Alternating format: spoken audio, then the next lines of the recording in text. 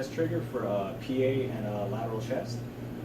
For the PA, I want my KVP to be at 120, and I want my mass to be somewhere between 4 and 10, depending on the size of my patient. When I go into lateral, I wanted my KVP to be at 120 still, but I want my mass to be between 8 and 20, and depending on the size of my patient, I might have to change that. So I already have it set right here. Now for my tube, I already had it set to 72 inches away, and I have it right now at crosswise for the first. All right, so now I'm just going to bring in my patient. So here it is. So can I get your first and last name? Yeah, Louis Suarez. Louis Suarez. Give me a date of birth. 7/27/1986. All right. What brings you today? I'm having chest pains, trouble breathing. Trouble breathing. How long has that been going on? Couple days. Couple days. So if my patient was a female, this is where I would ask if she's pregnant or not. So are you pregnant? No. No. Do you have any heart issues? No. Lung issues? No. Diabetes? No. High blood pressure? Emphysema? Smoker? Nothing? All right, then so I'm going to give you a gown, and I want you to change, and I want you to get everything from the waist up, off. Any metals, piercings, anything that you have, necklaces, I want that all off, okay? So, let's do it.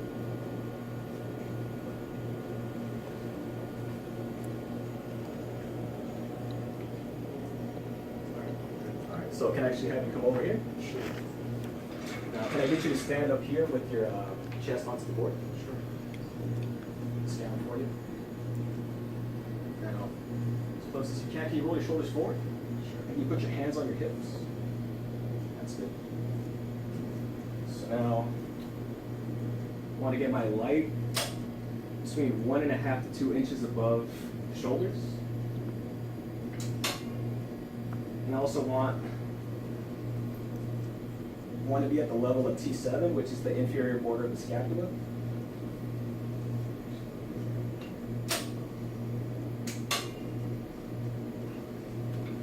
Shield them. And put my left marker.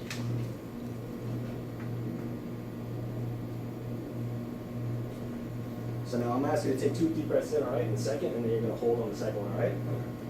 So take a deep breath in. Exhale. Take another deep breath in. Hold it. X-ray. You can breathe and you can relax. Actually, you can relax. Can you step to the side? Yeah. So now for this is where I would take out the plate and then run it, and then I'd grab another plate. Now for my lateral, I want to change it to lengthwise.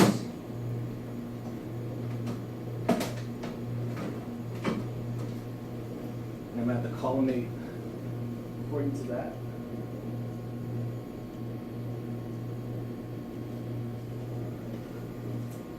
Now can I actually have you stand facing this way, and I want your shoulder touching the wall above you, okay? Okay. So this is a little high, so I'm going to bring it down.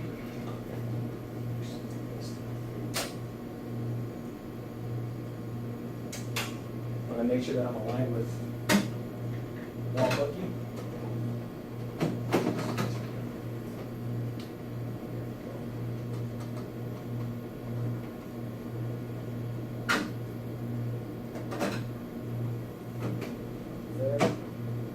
Actually ask you to raise your hands up and grab onto this. You put your elbows together.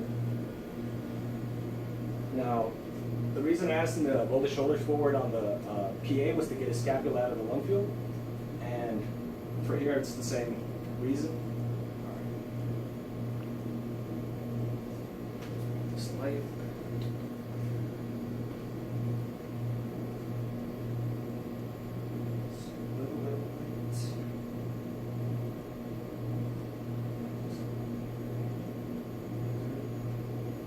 Still want to keep it at T7. It's just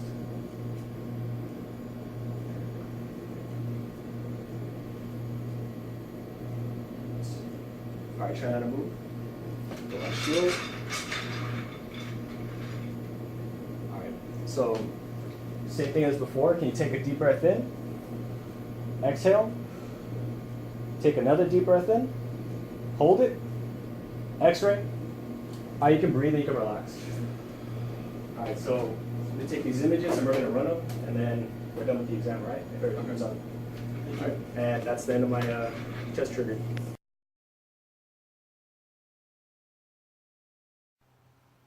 Okay, I'll now be going over the 5 criteria and 5 things that you want to see in a PA chest x-ray.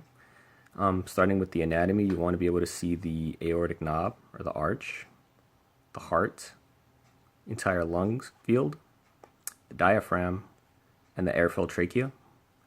Now the 5 criteria for a PA chest x-ray is that you want there to be no rotation, and you look at that by looking at the clavicles and seeing if they're equidistant to the spine. You also want to see the spine through the heart shadow. You want the entire lung field from the apices all the way down to the costophrenic angles. You want the scapula outside of the lung field, which they did a pretty good job there. And you also want to see 10 ribs above the diaphragm, and you do that by counting. There's 1, 2, 3, 4, 5, 6, 7, 8, 9, 10. This one's kind of hard to see, but it's there. Now for a lateral, same thing. You still want to see the entire lungs from the apices down to the costophrenic angles. You want the arm and the soft tissue of the arm outside of, like you don't want to be able to see it when you're looking at your lateral. You don't want it to get in the way. And they did a good job here as well. You also check for I think it's the hilar region, the carina is that. And you look for rotation the posterior ribs, and you check to see if there's any space, and it doesn't look like there's a lot here, so they wouldn't, repeat this. Oh, and for the costophrenic angles, you don't want those clipped on either the PA or on the lateral, because that would warrant a repeat. So that's about it.